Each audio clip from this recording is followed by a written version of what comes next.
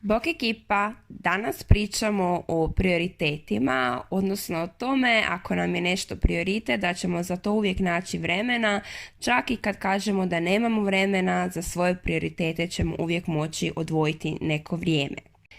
Ovdje ćemo pričati o tome kako je takva misao jedna velika glupost s kojom si možemo stvarati dodatni stres iz kog nećemo moći izaći. Pričat ću temeljiti na vlastitom iskustvu, a započet ću je sa rečenicom da je istina da ćemo za svoje prioritete naći vremena. Ipak, u nekim životnim situacijama ono što nam je srcu drago i što bismo voljeli ne možemo staviti kao prioritet. Moja situacija o kojoj želim pričati je ta da sam ja napisala svoju prvu knjigu, svoj prvi roman, negdje prijelaz 7. na 8. razred osnovne škole. I zamislila sam taj roman kao dio jedne trilogije i nisam ga pisala dalje jer sam nekako htjela se okušati i vidjeti hoće li izdavači prihvatiti taj roman. To se i desilo par godina kasnije, negdje u 2. razredu srednje škole, sam pronašla izdavača i izdala taj roman. Cijelo vrijeme na promocijama pričalo se o tome da je to prvi dio trilogije, tako je naglašeno u opisu.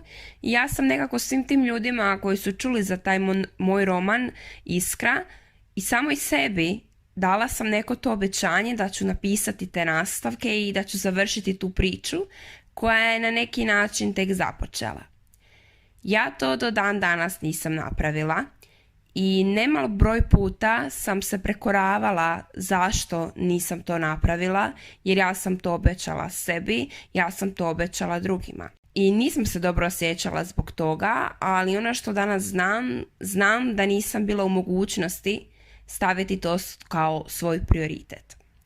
Radilo se o tome da sam tada kada sam izdala knjigu bila 2. razred srednje škole. Živjela sam u đačkom domu. Tada u 2. razredu čini mi se da nas je bilo 6 u jednoj sobi, znači bilo je 6 djevojaka s kojima sam ja dijelila svoj život i nisam imala gotovo nikakvu privatnost, osim u odlascima na WC recimo, a i tu čuješ kada je netko u WC-u pored tebe.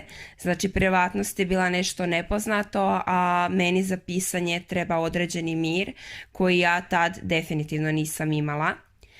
Naravno, tu je bila i škola, išla sam u prirodoslovnu matematičku gimnaziju koja je dosta teška i zahtjevna, gdje svaki dan nakon škole imaš obaveze ili učenja ili zadaća ili čak oboje, pogotovo u vrijeme ispita.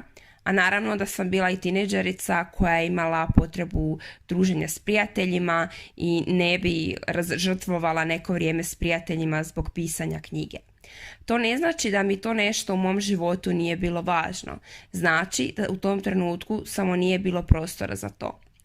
Isto to se nastavilo i kasnije, odnosno u višim razredima srednje škole.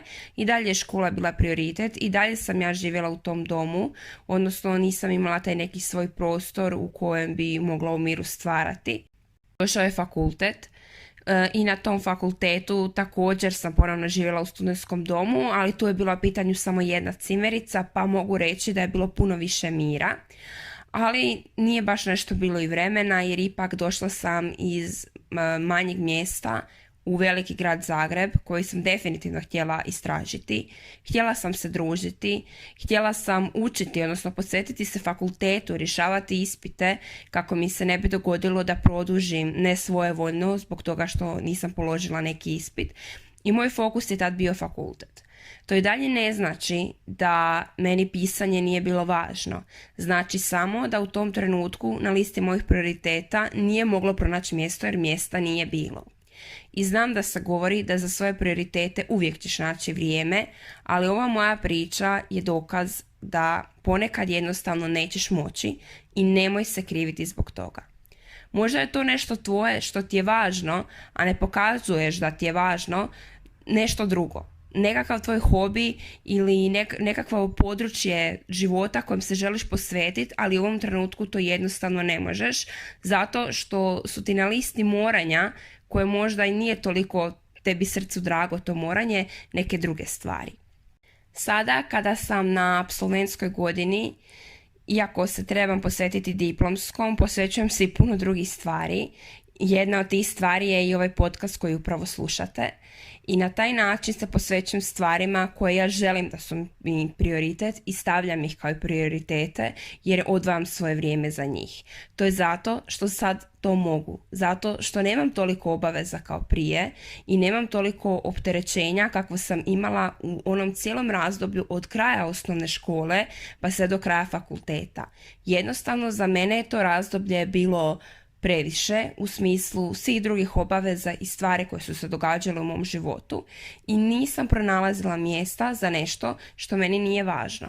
Iako su me sve te mantre koje ljudi govore pronaći ćeš vremena za svoje prioritete uvjeravale uporno da radim nešto krivo, da nisam fer prema sebi i drugima, da ne ispunjavam obećanja sebi i drugima i da ja to možda uopće ne volim raditi i da to nije za mene jer ne odvajam vrijeme za to.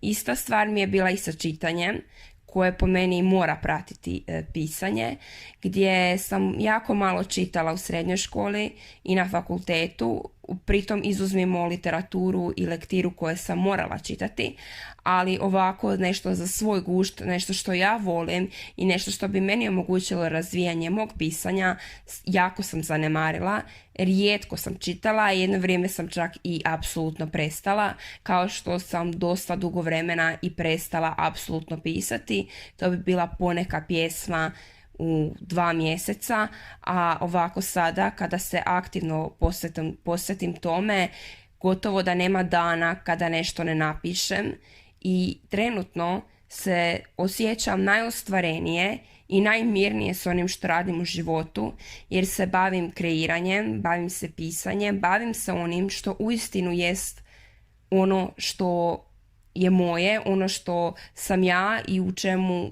što je dio mene i čega sam ja dio i da, to je moj prioritet. Možda nije bio prije na toj listi prioriteta jer nije bilo mjesta više, ali to ne znači da to meni nije bilo važno i drago. U jednoj svojoj objavi na Instagramu sam napomenula na samom početku, još dok sam otvorila Instagram, da mi je pomalo žao što se nisam odvojila od škole, od faksa i ne imala sve te silne izvrsne ocjene, već malo i popustila kako bi se otvorila vrijeme za razvijanje pisanja, jer smatram da sam mogla biti na puno većem nivou i kvaliteti pisanja nego što sam sada, da sam se kontinuirano time bavila i da sam kontinuirano se razvijala. Ipak, u to vrijeme su mi bile važnije neke druge stvari, bile su mi govorene i nekako osjećam cijelo vrijeme tu neku potrebu za perfekcionizmom koja se izražavala u mojim ocjenama i to mi nikada nije ostavljalo dovoljno prostora za neki hobi, recimo pisanje. Tako da poručujem ti i želim da iz ove epizode poneseš misao da je u redu ako nešto što voliš, neko područje života ili neki hobi trenutno ne radiš jer ne stigneš i molim te, ako stvarno vidiš da ne možeš se osjećati ugodno s time da sad još i to uguraš u svoj raspored, stvarno to ne moraš činiti. Da jednom možeš neke stvari vremenom se potruditi ukloniti iz svog života kako bi otvorio prostor za ono što je tebi važno i što želiš da ti je prioritet, ali ne mora to biti sad ni za nekoliko godina. Nemoj si stvarati nepotrebni pritisak da ti moraš nešto što voliš i da ti to možda ipak ne voliš jer nisi stvorio vrijeme, jer to je glupost. Možda nešto nije tvoj prioritet sada, ali to ne znači da ti nije važno. Hvala ti na slušanju ove epizode. Zaprati me na Instagramu Stela_pise i tamo se dalje čitamo, a ovdje se slušamo u nekoj novoj epizodi.